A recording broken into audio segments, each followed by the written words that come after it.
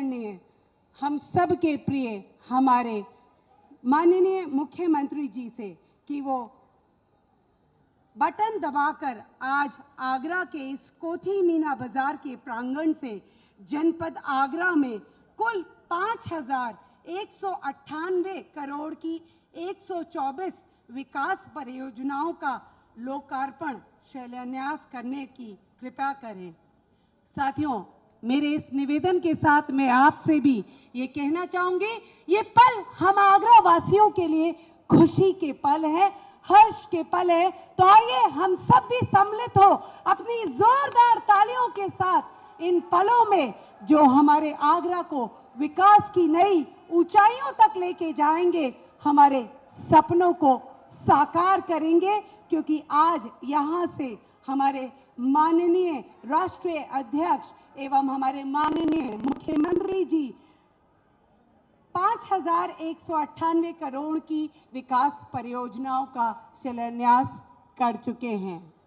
साथियों, अब हम कार्यक्रम को आगे बढ़ाते हैं और हम इस मंच से सम्मानित करना चाहेंगे, इस मंच से हम प्रमाण पत्र वितरण करना चाहेंगे हमारे कुछ लाभार्थियों का, जिन्हें विभिन्न योजनाओं के अंतर्गत लाभ प्राप्त हुआ है। ये हम सब जानते हैं, हमारी भाजपा सरकार का बस एक ही जी। बहुत बहुत धन्यवाद। एक बार जोरदार नगला लगाएंगे आदरणीय जेपी नड्डा जी, आदरणीय जेपी नड्डा जी, आदरणीय योगी आदित्यनाथ जी। अब मैं बहुत ही सम्मान के साथ अपने प्रदेश के यशस्वी मुख्यमंत्री आदरणीय योगी आदित्यनाथ जी को आमंत्रित करना चाहूंगा, जिन्होंने इस प्रदेश की इस कानून व्यवस्था और विकास को नीचे तक लाने का काम किया, कि माननीय मुख्यमंत्री जी आए और हम सबका मार्गदर्शन देने की कृपा करें। आदरणीय मुख्यमंत्री जी। भारत माता की, भारत माता की, भारत माता की, वंदे वंदे वंदे।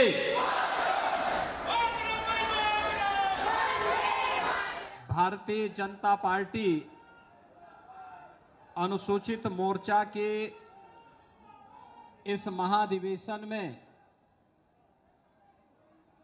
मार्गदर्शन प्रदान करने और अपना आशीर्वाद प्रदान करने के लिए आज आगरा में उपस्थित भारतीय जनता पार्टी के यशस्वी राष्ट्रीय अध्यक्ष परमादरणीय श्री जगत प्रकाश नड्डा जी, भारतीय जनता पार्टी के राष्ट्रीय उपाध्यक्ष और उत्तर प्रदेश के चुनाव के प्रभारी माननीय श्री वैजयंत जय पांडा जी, राष्ट्रीय अध्यक्ष अनुसूचित जाति मोर्चा श्री लाल सिंह आर्य जी, केंद्रीय कोर कमेटी के सदस्य पूर्व केंद्रीय मंत्री श्री सत्यनारायण जटिया जी, केंद्रीय मंत्री प्रोफेसर एसपी सिंह बघेल जी, उप मुख्यमंत्री मध्य प्रदेश शासन श्री जगदीश देवड़ा जी, केंद्रीय मंत्री माननीय कौशल किशोर जी, केंद्रीय मंत्री माननीय भानु प्रताप वर्मा जी,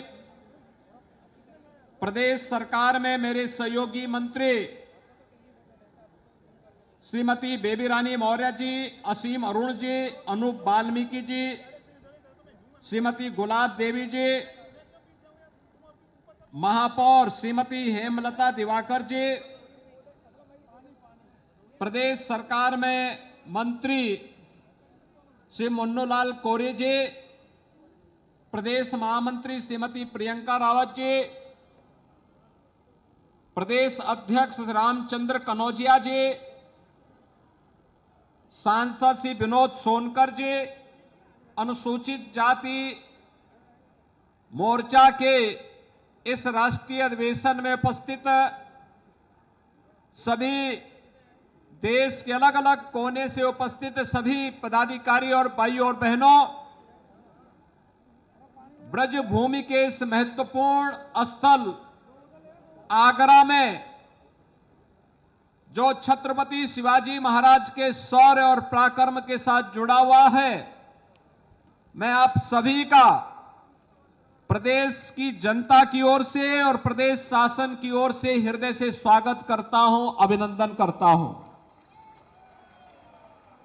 इस अवसर पर अपने व्यस्ततम कार्यक्रमों में से समय निकाल करके हमारी पार्टी के राष्ट्रीय अध्यक्ष आदरणीय श्री जगत प्रकाश नड्डा जी स्वयं यहां पर आए हैं। मैं आप सब की ओर से, प्रदेशवासियों की ओर से उनका ब्रजभूमि में हृदय से स्वागत करता हूं, अभिनंदन करता हूं। भाइयों बहनों, माननीय राष्ट्रीय अध्यक्ष जी अपने व्यस्ततम कार्यक्रमों में पूरे देश का प्रवास करने के साथ ही अब चुनाव की प्रक्रिया को अंतिम स्वरूप प्रदान करने के लिए भारतीय जनता पार्टी के तमाम व्यस्त कार्यक्रमों में से समय निकाल करके इस महाधिवेशन में स्वयं उपस्थित हुए हैं। ये भारतीय जनता पार्टी की प्राथमिकता और अनुसूचित जाति मोर्चे के बारे में, इस समाज के बारे में पार्टी और उनकी आत्मीयता को प्रदर्शित करता है। इसके लिए उनका आभार व्यक्त करते हुए मैं हृदय से स्वागत और अभिनंदन करता हूं। भाइयों बहनों, आपने देखा होगा पिछले 10 वर्ष में आदरणीय प्रधानमंत्री मोदी जी के नेतृत्व में एक नए भारत का हम दर्शन कर रहे हैं। एक ऐसा भारत जो भारत जाति, मत, मजहब, क्षेत्र और भाषा के आधार पर नहीं, बल्कि देश के अंदर एक ही मंत्र के आधार पर हर गांव, हर गरीब, हर किसान, हर नौजवान, हर महिला को समाज की मुख्य धारा के साथ जोड़ करके सम्मानजनक जीवन यापन करने के लिए उन्हें आगे बढ़ने के लिए प्रेरित करता है। और वह मंत्र है सबका साथ और सबका विकास का। सर्वजन हिताय सर्वजन सुखाय का यह भाव जो मोदी जी ने सबका साथ और सबके विकास के मंत्र के माध्यम से 2014 में देश को दिया था, आज मैं दावे के साथ कह सकता हूं कि आजादी के बाद भी हमारा जो समाज दबा हुआ था, वंचित था, समाज की मुख्य धारा से अपने आप को विकसित महसूस करता था, आज उसे लगता है जब बाबा साहब भीमराव अंबेडकर जी के नाम पर प्रधानमंत्री मोदी जी के द्वारा पंच तीर्थ की घोषणा होती है और उन्हें मूर्त रूप दिया जाता है, उसे भी एहसास होता है कि देखिए बाबा साहब भीमराव अंबेडकर का सम्मान का मतलब देश के संविधान का सम्मान, भारत की संसदीय प्रणाली का सम्मान और देश के कोटि कोटि उन दबे कुचले आवाज को एक आवाज देने का कार्य है। और यह कार्य किसी ने किया? प्रधानमंत्री मोदी जी ने किया। आपने देखा होगा यहां पे भी श्री लाल सिंह आर्य कह रहे थे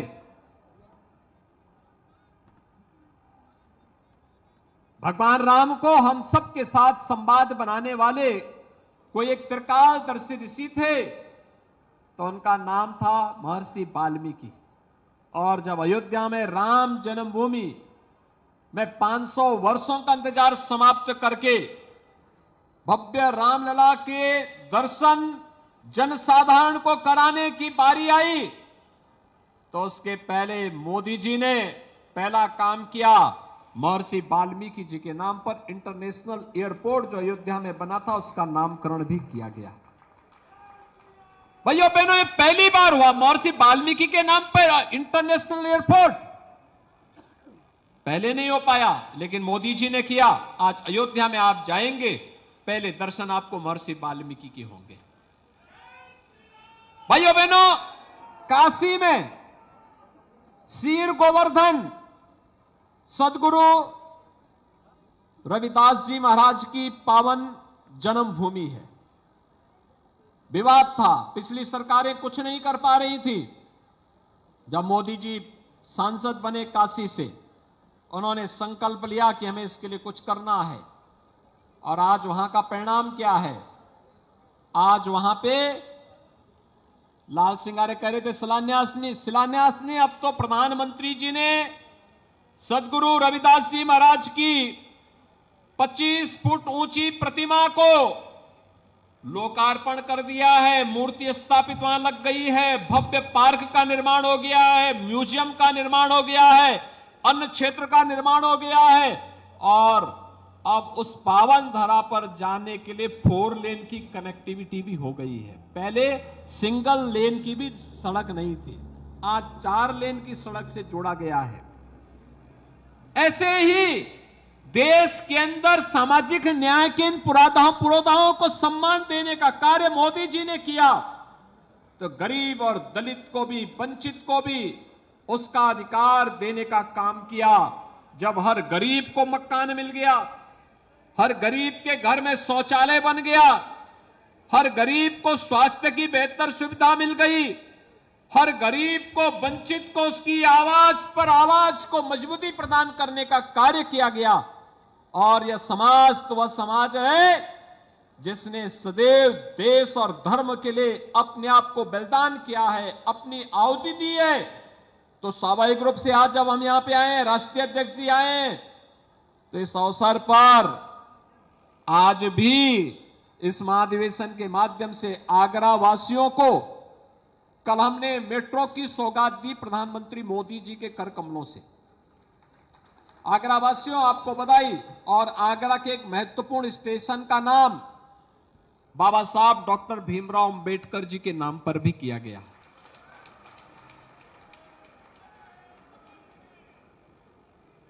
और यह समाज हमेशा दाता के रूप में काम किया है, तो आज 5200 करोड़ रुपए की परियोजनाओं की सौगात भी आगरा वासियों को उपलब्ध हो रही है।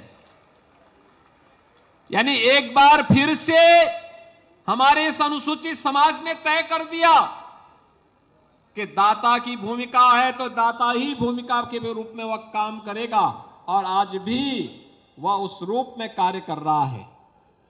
बंधुओं, उत्तर प्रदेश के अंदर हम लोगों ने तय किया है, प्रधानमंत्री मोदी जी की प्रेरणा थी, पहले से तय कर रखा है, अनुसूचित जाति से चुने हुए जितने भी हमारे छात्र हैं, स्कॉलरशिप की राशि 2016 की तुलना में दुगनी की जा चुकी है। उत्तर प्रदेश के अंदर जहां पे जो गरीब बसा होगा, अगर वह आरक्षित श्रेणी की भूमि नहीं, उस जमीन का मालिकाना अधिकार, उसका पट्टा उसके नाम पर वहीं पर करके उसको आवास की सुविधा से आच्छादन करने का काम भी किया जा रहा है। और अगर आरक्षित श्रेणी की भूमि है तो पहले उसको भूमि आरक्षित पट्टा दिया जाएगा, कब्जा करवाया जाएगा, आवास उपलब्ध करवाया जाएगा, तब फिर उनको यहां से पुनर्वास की व्यवस्था होगी। एक व्यवस्था, हर एक के पास अपना राशन कार्ड है, आज वो सरकार की सभी प्रकार की योजनाओं से आच्छादित होता हुआ आगे बढ़ रहा है और सम्मानजनक तरीके से अपनी प्रतिभा का लाभ देश और समाज को देने का काम कर रहा है। ये डबल इंजन की वही सरकार है जो सरकार महाराज सुहेलदेव के नाम पर आजमगढ़ में विश्वविद्यालय का निर्माण करती है, तो महाराज बिजली पासी के किले का पुनरुद्धार, ये कौशल किशोर यहीं पर बैठे हैं, हमारे केंद्रीय मंत्री हैं, इन्हीं की मांग पर लखनऊ में उनके किले का पुनरुद्धार करके उसको वहां पर भव्य स्मारक बनाने का काम को भी आगे बढ़ाने का कार्य करती है। ये सरकार सामाजिक न्याय के मूल सिद्धांतों का सम्मान करती है और इसका मूल प्रेरणा है प्रधानमंत्री मोदी जी और भारतीय जनता पार्टी के हमारे राष्ट्रीय अध्यक्ष, जिनकी प्रेरणा से सरकारें प्रधानमंत्री मोदी जी के मंत्र को अक्षरशः जमीनी धरातल पर उतारने का कार्य कर रही है।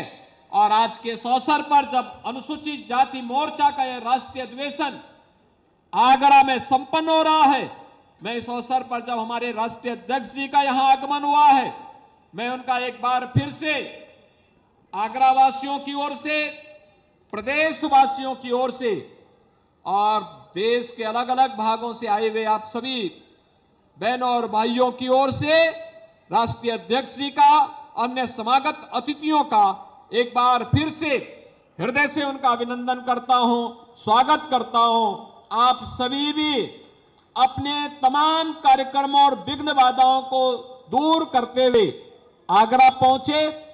आगरा में आए हैं तो अलग राज्य से आए होंगे तो ब्रजभूमि का दर्शन जरूर करना, वृंदावन मथुरा के दर्शन करने जरूर जाना। आगरा में बहुत सारी चीजें आपको देखने को मिलेगी। छत्रपति शिवाजी महाराज के शौर्य पराक्रम की धरती यहीं पे है और यहीं से हम लोगों ने छत्रपति शिवाजी महाराज के नाम पर एक म्यूजियम को बनाने के कार्यक्रम को भी आगे बढ़ाया है। तेजी के साथ एक कार्यक्रम आगे बढ़ेंगे, इस विश्वास के साथ आज यहां पे मंच पे हमारे तमाम जनप्रतिनिधि और प्रदेश सरकार के मेरे सहयोगी मंत्रीगण हैं, उन सब ने भी जो सहयोग किया है इस कार्यक्रम को आगे बढ़ाने के लिए, हमारे रामचंद्र कनौजिया को, लाल सिंह आर्य को और हमारे अन्य अनुसूचित जाति मोर्चा के पदाधिकारियों को हृदय से उनको धन्यवाद देता हूं और अपने सभी सम्मानित अतिथियों का स्वागत करते हुए अपनी वाणी को यहीं पे विराम देता हूं। मेरे साथ बोलेंगे जय श्री राम, जय जय श्री राम।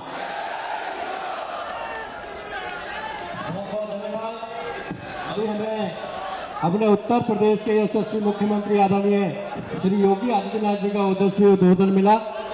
अब मैं इसी क्रम में सम्मान के साथ में, आदर के साथ में आमंत्रित करना चाहूंगा आज के अपने इस कार्यक्रम के मुख्य अतिथि हमारी पार्टी के राष्ट्रीय अध्यक्ष आदरणीय श्री जगत प्रकाश नड्डा जी को। कृपया वो आए और हमें अपना उद्बोधन दें। आदरणीय जय प्रकाश नड्डा जी।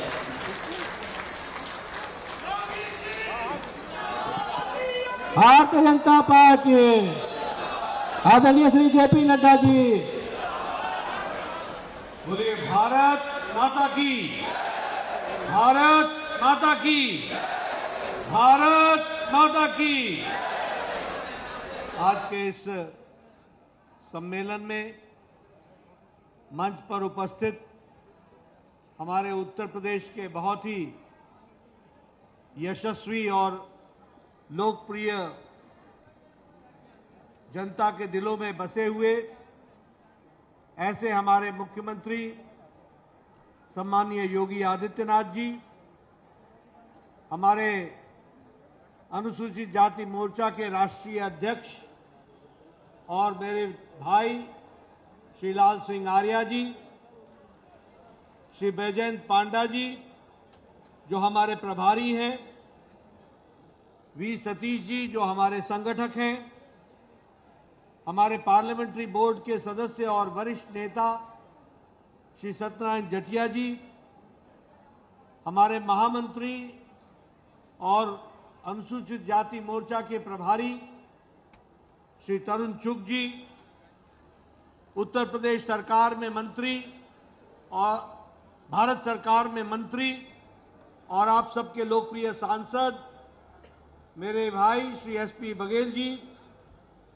हमारे भारत सरकार में मंत्री कौशल किशोर जी, मध्य प्रदेश के उप मुख्यमंत्री श्री जगदीश देवड़ा जी, हमारे भोला सिंह जी जो महामंत्री हैं, श्री रामचंद्र कनौजिया जी, इंद्रजीत वाल्मीकि जी, हमारे दुर्विजय सिंह जी, सभी उपस्थित सांसदगण, विधायकगण, महापौर और यहां आगरा में एकत्र आए देवतुल्य हमारे सभी वरिष्ठ भाइयों और बहनों और मीडिया के मेरे साथी, प्रिंट मीडिया और इलेक्ट्रॉनिक मीडिया के मेरे साथी, ये मेरा सौभाग्य है कि मुझे आज अनुसूचित जाति मोर्चा के इस बड़े सम्मेलन में, जहां आप सब लोग इतनी बड़ी संख्या में आए हैं, उसमें भाग लेने का सौभाग्य मिला है। आप सब लोग इतनी बड़ी संख्या में इस कार्यक्रम में शामिल हुए, सबसे पहले तो आप सबका हार्दिक अभिनंदन है, स्वागत है। मित्रों, अभी योगी जी ने आपके सामने अनुसूचित जाति मोर्चा के लिए और अनुसूचित जाति मोर्चा के माध्यम से जो हमारे कार्यक्रम चले थे उसके बारे में जहां तक जिक्र किया, तो साथ ही साथ आदरणीय मोदी जी के नेतृत्व में जो हमारे अनुसूचित जाति भाइयों और बहनों के लिए योजनाओं के बारे में भी उन्होंने चर्चा की। उन्होंने आपको बताने का प्रयास किया कि किस तरीके से हमारे भाइयों के लिए, बहनों के लिए मुख्य धारा में शामिल होने के लिए किस तरीके के कार्यक्रम चलाए गए, इसके बारे में भी उन्होंने चर्चा की है। मैं यहां एक बात जरूर आपको बताना चाहता हूं। लंबे समय तक भारत की राजनीति को मैंने देखा है।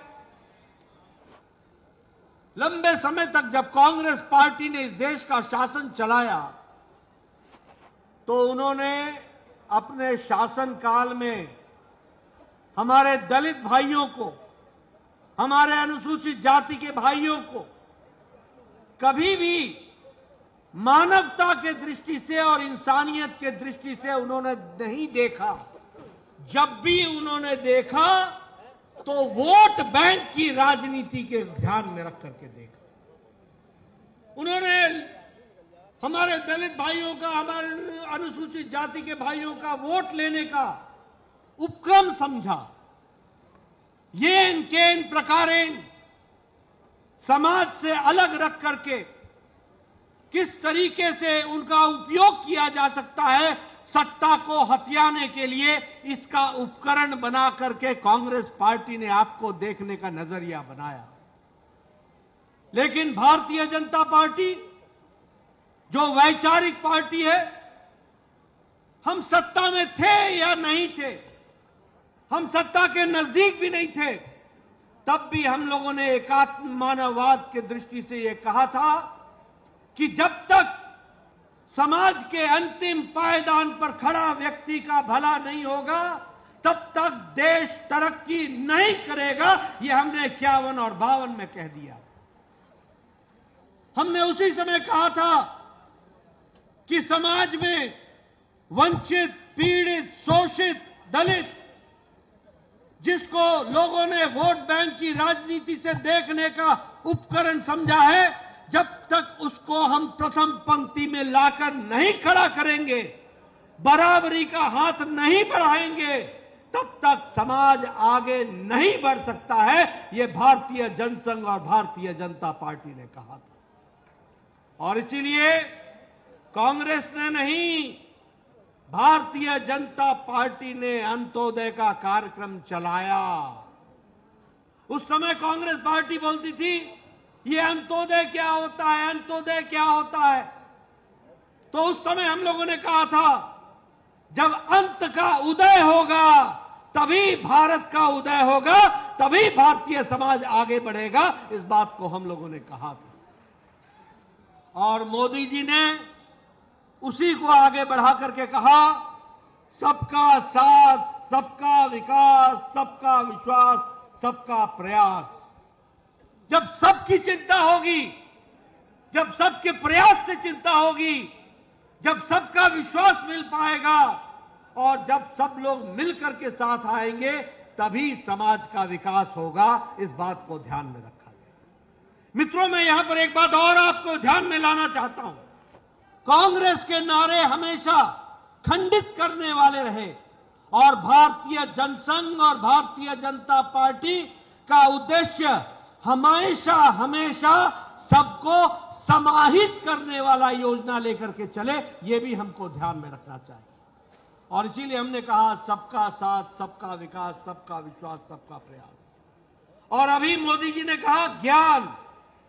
ज्ञान मतलब जी फॉर गरीब, वाई फॉर युवा, ए फॉर अन्नदाता, एन फॉर नारी शक्ति। जब गरीब की चिंता होगी, जब युवा की चिंता होगी, जब अन्नदाता की चिंता होगी, जब नारी शक्ति का सम्मान होगा, तो समाज आगे बढ़ चलेगा और सबकी ताकत साथ मिलकर के चलेगी। इसलिए मित्रों, मैं यहां आपके साथ इस बात की चर्चा करना चाहता हूं। अभी पंचतीर्थ की चर्चा हुई। ये पंचतीर्थ की याद क्यों नहीं कांग्रेस को आई? जो भारत रत्न बाबा साहब भीमराव अंबेडकर जिन्होंने संविधान की रचना की, उनकी उपेक्षा की गई, उनका उपहास किया गया, उनको दरकिनार रखा गया, उनके योगदान को हमेशा कम आंका गया। ये कांग्रेस का चरित्र है और ये कांग्रेस का इतिहास है। आपको जानकर के आश्चर्य होगा कि बाबा साहब जो संविधान समिति के ड्राफ्टिंग कमेटी के अध्यक्ष रहे, जिन्होंने संविधान की रचना की, उनकी हमेशा उपेक्षा की गई और उनको संविधान सभा में चुनने का भी कांग्रेस पार्टी ने विरोध किया। यह इतिहास में दर्ज है कि मुंबई से संविधान सभा की चुनाव में कांग्रेस पार्टी ने भीमराव अंबेडकर को हराया था और भीमराव अंबेडकर को संविधान सभा में आने के लिए, चुनने के लिए उनको बंगाल जाना पड़ा और बंगाल से वो चुन करके आए। ये इतिहास में दर्ज है। ये इतिहास में दर्ज है कि भारत रत्न भीमराव अंबेडकर जब उत्तर मुंबई से चुनाव लड़ने गए तो कांग्रेस पार्टी ने प्रत्याशी खड़ा किया और नेहरू जी उनके पक्ष में प्रचार करने गए और भीमराव अंबेडकर जी को एक बार नहीं, दो बार चुनाव हराने का काम किया। यह इतिहास में दर्ज है कि संविधान के निर्माता भीमराव अंबेडकर भारत रत्न को कांग्रेस पार्टी के समय में संसद के अंदर उनकी तस्वीर लगने के लिए जगह की कमी पड़ गई। यह इतिहास में दर्ज है कि कांग्रेस पार्टी के शासकों ने कहा कि नहीं, यहां पर हमारे लिए संसद में भीमराव अंबेडकर की चित्र लगने के लिए जगह की कमी है। ये जब जनता दल की सरकार आई तब जाकर के काम हुआ। यही नहीं, मरणोपरांत भीमराव अंबेडकर जी को भारत रत्न भी नहीं दिया गया। नेहरू जी ने अपने आप को, खुद को भारत रत्न दे दिया। इंदिरा गांधी जी ने खुद को भारत रत्न ले लिया। खुद ही अपनी कुर्सी पर रह करके अपने लिए भारत रत्न लेते रहे, लेकिन भीमराव अंबेडकर को भारत रत्न नहीं दिया। भीमराव अंबेडकर को भारत रत्न तब मिला जब जनता दल की सरकार थी और भारतीय जनता पार्टी का समर्थन था, तब जाकर के उनको भारत रत्न मिला। मैं ये सारी बातें आपके सामने इसलिए बता रहा हूं कि आपने याद रखना, जो आज कांग्रेस पार्टी हमारे दलित भाइयों को वर्षों से गुमराह करती रही है, उनको सही मायने में मालूम होना चाहिए कि उनकी चिंता करने वाला कोई और नहीं। उनकी चिंता करने वाले अगर हैं तो हमारे यशस्वी प्रधानमंत्री श्री नरेंद्र मोदी जी हैं, जिन्होंने उनकी सही मायने में चिंता की है, सही मायने में चिंता की है। और जब मैं उनकी चिंता की दृष्टि से बात करता हूं तो आपको बताना चाहता हूं कि आज केंद्र सरकार में 12 हमारे दलित भाई मंत्री हैं, 12 मंत्री हैं। कभी इतने मंत्री नहीं रहे मंत्रिमंडल में। जब हमारी सरकार थी, अटल जी की सरकार, तो पहली बार लोकसभा का अध्यक्ष जीसी बाल योगी दलित, वो पहली बार अगर अध्यक्ष और स्पीकर बने तो वो अटल जी की सरकार में बने। ये हमको ध्यान में रखना चाहिए।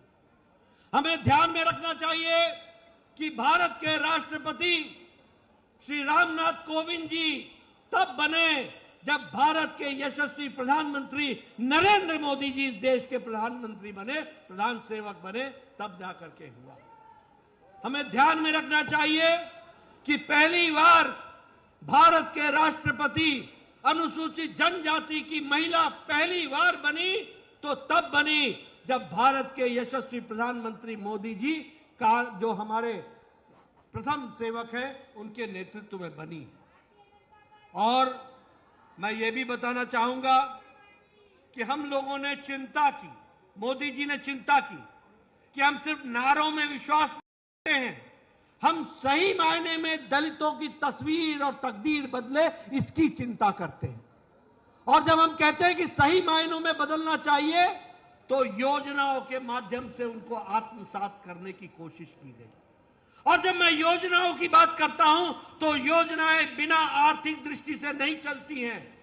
आज यहां कौशल किशोर जी बैठे हैं, एसपी बघेल जी बैठे हैं, सत्यनारायण जटिया जी बैठे हैं। आप इनसे पूछिए कि आज मोदी जी के नेतृत्व में अनुसूचित जाति के दृष्टि से सामाजिक न्याय के मंत्रालय का 90% बजट बढ़ा दिया गया है। 90% बजट बढ़ा दिया गया, यानी दुगना बजट कर दिया गया है।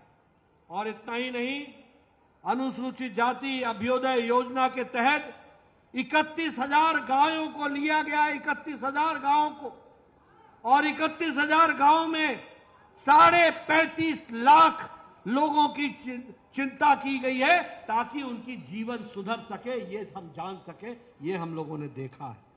इसी तरीके से अगर मैं पिछड़ी जाति के दृष्टि से जो स्कीमें चली हैं, उन स्कीम्स की अगर मैं चर्चा करूं तो सबसे पहला विषय आता है शिक्षा का। आदरणीय प्रधानमंत्री जी ने मैट्रिकुलेशन से पहले शिक्षा के दृष्टि से वजीफा स्कॉलरशिप देने के काम को बढ़ाया, तो उच्च शिक्षा के लिए भी वजीफा बढ़ाने का काम किया है। और इसी तरीके से छात्रों के रहने के लिए भी बाबू जगजीवन राम छात्रावास योजना के तहत लगभग 173 करोड़ रुपए खर्च करके लगभग 16,000 बच्चों के शिक्षा के लिए छात्रावास बनाने का काम किया, तो हमारे प्रधानमंत्री मोदी जी ने करके दिया ताकि बच्चा शिक्षा ले सके। इसके साथ साथ फ्री कोचिंग का जो एससी स्टूडेंट्स के लिए, जिसमें लगभग 20,000 विद्यार्थी प्रति वर्ष उसका लाभ उठा सकते हैं, इस काम को भी आगे बढ़ाया गया। और उच्च शिक्षा के लिए भी हम लोगों ने प्रयास किया मोदी जी के नेतृत्व में कि ताकि उसमें भी उनको ज्यादा से ज्यादा सुविधा मिल सके, इसकी चिंता भी की। आपको जान करके खुशी होगी कि मुद्रा योजना के लाभ उठाने में हमारे अनुसूचित जाति के भाइयों की संख्या 18% से ज्यादा है। आपको जानकर यह भी खुशी होगी कि योगी जी ने बहुत सी स्कीमें चलाई हैं, जिस स्कीमों के तहत लोगों को जोड़ने का काम चला है। और अगर मैं कहूं तो राष्ट्रीय स्तर पर प्रधानमंत्री किसान सम्मान निधि में जहां 12 करोड़ लोगों को किसान सम्मान निधि मिल रही है, वहीं 1.5 करोड़ लोग हमारे किसान अनुसूचित जाति से हैं जिनको किसान सम्मान निधि में जोड़ा गया है और उनको व्यक्ति को सहायता दी गई है। आज 25 करोड़ लोग गरीबी की रेखा से ऊपर उठ गए हैं। यह आकर के आज देश की स्थिति खड़ी हुई है। उज्ज्वला योजना में जहां लोगों को गैस का कनेक्शन दिया गया है, वहां हमारे दलित बहनों को 35% गैस का कनेक्शन उज्ज्वला योजना में मिला है। इस तरीके की व्यवस्था की गई है। इसलिए सबका साथ, सबका विकास, सबका विश्वास, सबका प्रयास, इस काम को आगे बढ़ाने का काम किया है। और एक बात और मैं आपसे कहना चाहता हूं, आपके ध्यान में शायद नहीं आया होगा। आप लोग कहते हैं धारा 370 हट गई, धारा 370 हट गई। धारा 370 हटने का मतलब क्या हुआ? धारा 370 हटने का मतलब यह हुआ कि जिस जम्मू कश्मीर में अनुसूचित जाति के भाइयों को आरक्षण नहीं था, रिजर्वेशन नहीं था, उनको अब रिजर्वेशन मिल गया है और वो सरकारी नौकरियों में आ सकते हैं। ये मोदी जी के नेतृत्व में हुआ है। धारा 370 के कारण आपको जानकर आश्चर्य होगा, जम्मू कश्मीर की कंस्टिट्यूएंसी में, जम्मू कश्मीर के प्रदेश में कोई एससी कैटेगरी की सीट नहीं थी, कोई एसटी कैटेगरी की सीट नहीं थी। पर अब जब विधानसभा के चुनाव होंगे डिलिमिटेशन के बाद, तो यह परिस्थिति आकर के खड़ी हुई। यह है परिवर्तन, यह है मोदी जी का संदेश यह देश की एकता और अखंडता को ध्यान में रखते हुए काम करने का तरीका, और यह है मजबूत भारत को आगे बढ़ाने का तरीका। यह भी हमको ध्यान में रखना चाहिए। अभी अभी योगी जी ने चर्चा की, अगर हम राम के दर्शन के लिए अयोध्या जाएंगे तो सबसे पहले हमको वाल्मीकि इंटरनेशनल एयरपोर्ट का दर्शन होगा, तब हम जाकर के रामलला के दर्शन करेंगे। यानी समाज में महर्षि वाल्मीकि जी का स्थान, भगवान वाल्मीकि जी का स्थान, उसको भी अगर सही दृष्टि से रखने का काम किया तो योगी जी ने प्रस्ताव भेजा था और माननीय प्रधानमंत्री जी ने महर्षि वाल्मीकि इंटरनेशनल एयरपोर्ट बना करके अयोध्या में विराजमान किया है। यह भी हम सब लोगों ने देखा है। इसलिए मित्रों, मैं एक बात कहना चाहूंगा कि मैं यहां पर योगी जी का इस बात के लिए भी धन्यवाद देना चाहता हूं कि आपने अभ्युदय कोचिंग योजना को चलाया है, जिसके माध्यम से अब दलित का बेटा, अनुसूचित जाति का बेटा अब कोचिंग लेकर के वो उच्च नौकरी को पद प्राप्त कर सकेगा, इसकी भी व्यवस्था की गई है। यह भी हम लोगों को ध्यान में रखना चाहिए। आपने सामूहिक विवाह की योजना बनाई और उस सामूहिक विवाह योजना में लगभग 600 करोड़ रुपए प्रस्तावित किए हैं। मैं योगी जी को धन्यवाद देना चाहता हूं कि आप, जो हमारा गरीब दलित भाई है, जिसके विवाह की योजना की दृष्टि से, आर्थिक दृष्टि से कमी पड़ती थी, उसको भी मुख्य धारा में लाकर सामूहिक विवाह में जोड़ने के लिए 600 करोड़ रुपए की प्रस्तावना की है और उत्तर प्रदेश सरकार ने, उसके लिए भी मैं आपको धन्यवाद देता हूं। मैं यहां एक बात और आपको बताना चाहता हूं कि आदरणीय प्रधानमंत्री मोदी जी के नेतृत्व में जहां देश आगे बढ़ रहा है, वहीं हर दृष्टि से उस विकास का फल आप तक पहुंचे, सब तक पहुंचे, इसकी चिंता की जा रही है। ये सारी योजनाएं गांव, गरीब, वंचित, पीड़ित, शोषित, दलित, महिला, युवा, किसान, सबको ताकत दे सके, इसको ध्यान में रख करके किया गया है। और इसीलिए प्रधानमंत्री गरीब कल्याण अन्न योजना हो, प्रधानमंत्री किसान सम्मान निधि हो, उज्ज्वला योजना हो, उजाला योजना हो, सौभाग्य योजना हो, प्रधानमंत्री आवास योजना हो, जल ही जीवन योजना हो, ये सारी योजनाएं भारत के आम आदमी को, जो पिछड़ गया था, उसको मुख्य धारा में लाने का काम कर रही हैं और देश आगे बढ़ रहा है मोदी जी के नेतृत्व में। यह भी हमको ध्यान में रखना चाहिए। मैं आपसे ये बताना चाहता हूं कि आज मोदी जी के नेतृत्व में देश ने 11वें नंबर की अर्थव्यवस्था से छलांग लगाकर 5वें नंबर की अर्थव्यवस्था आज भारत बन गया है। आपको जानकर खुशी होगी, आपका आशीर्वाद 2024 में मोदी जी को फिर से मिलेगा। यहां भी हम 80 की 80 सीटें, आपके आशीर्वाद से कमल खिलेगा और भारत में, देश में, दुनिया में तीसरे नंबर की अर्थव्यवस्था बन जाएगी। इसको भी हमको ध्यान में रखना चाहिए। मित्रों, जैसा मैंने बताया आपको कि ये प्रधानमंत्री गरीब कल्याण अन्न योजना के कारण आज 25 करोड़ की जनता गरीबी की रेखा से ऊपर उठ करके आ गई है। यह परिस्थिति आकर के खड़ी हुई है और इसीलिए मैं आप लोगों से निवेदन करना चाहता हूं, आपसे मैं कहना चाहता हूं कि आप इन सारी बारीकियों को गहराई से समझें। मैं आज इंडिया अलायंस की बात नहीं करना चाहूंगा, मैं कोई कांग्रेस पार्टी की चर्चा नहीं करना चाहूंगा। एक बात आप ध्यान में रख लो, ये चाहे इंडिया अलायंस हो, चाहे कांग्रेस पार्टी हो, इनको आपसे कोई लेना देना नहीं है, इनको गरीब जनता से कोई लेना देना नहीं है, इनको अनुसूचित जाति की जनता से कोई लेना देना नहीं है, इनको दलित भाइयों से कोई लेना देना नहीं है। इनको लेना देना है तो सिर्फ अपने परिवार को बचाने से इनका मतलब है, इससे ज्यादा इनका कोई मतलब नहीं, कोई मतलब नहीं है। आप बताइए, जम्मू कश्मीर में फारूक अब्दुल्ला और उमर अब्दुल्ला परिवार की पार्टी है कि नहीं है?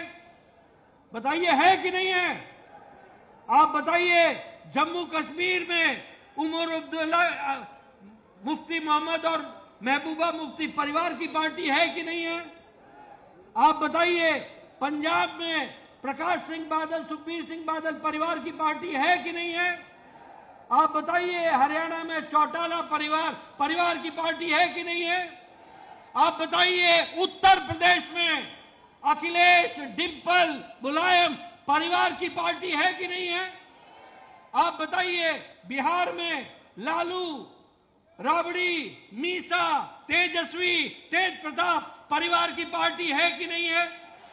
आप बताइए, बंगाल में पीसी, भाईपो, बुआ, भतीजा, अभिषेक, ममता परिवार की पार्टी है कि नहीं है?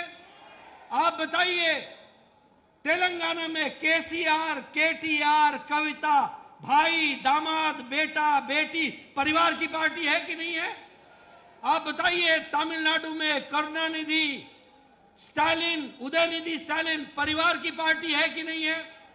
आप बताइए, महाराष्ट्र में शरद पवार, सुप्रिया सुले परिवार की पार्टी है कि नहीं है? आप बताइए, शिवसेना, उद्धव ठाकरे, आदित्य ठाकरे परिवार की पार्टी है कि नहीं है? आप बताइए, राहुल गांधी, प्रियंका गांधी, सोनिया गांधी परिवार की पार्टी है कि नहीं है? आप बताइए, राहुल गांधी और सोनिया गांधी बेल पर है कि नहीं है? आप बताइए, अखिलेश के खिलाफ गोमती फ्रंट का केस चलता है कि नहीं चलता है? लैपटॉप का केस चलता है कि नहीं चलता है? आप बताइए, लालू के खिलाफ चारा घोटाला चलता है कि नहीं? आप बताइए, जमीन के बदले नौकरी का घोटाला चलता है कि नहीं? आप बताइए, ममता के खिलाफ, ममता के सब मंत्री भ्रष्टाचारी है कि नहीं है? उनके घरों से नोट की गड्डियां निकली कि नहीं? आप बताइए, ये केसीआर की बेटी कविता पर केस है कि नहीं? आप बताइए, ये भ्रष्टाचार में सारे लगे हैं कि नहीं? ये कांग्रेस पार्टी और ये इंडिया अलायंस, ये परिवार को बचाने की पार्टी और भ्रष्टाचार के खिलाफ मोदी जी का जो मुहिम चल रहा है उससे बचने वाली पार्टियां हैं। ये या तो बेल पर है या जेल में है, इसको आपको ध्यान में रखना होगा। मैं एक नाम लेना भूल गया, बताइए, केजरीवाल के उप मुख्यमंत्री सिसोदिया जेल में है कि नहीं? आप बताइए, केजरीवाल ईडी के नोटिस से बच रहा है कि नहीं? मित्रों, आपसे मेरा निवेदन है, इनको जेल और बेल की यात्रा में लगे रहने दीजिए। मोदी जी के नेतृत्व में आप पूरी ताकत से कमल खिलाइए, देश को आगे बढ़ाइए, मुख्य धारा में शामिल हो जाइए और पूरी ताकत से मां भारती को आगे बढ़ाने में, देश को आगे बढ़ाने में, विकसित भारत बनाने में अपना योगदान कीजिए। आपने मेरी बात शांतिपूर्ण ढंग से सुनी, आपका बहुत बहुत धन्यवाद। जय भारत, जय उत्तर प्रदेश। बहुत बहुत धन्यवाद आदरणीय हमारे राष्ट्रीय अध्यक्ष जी। एक बार जोरदार तालियों से माननीय अध्यक्ष जी का स्वागत करेंगे। JP Nadda ji, JP Nadda ji.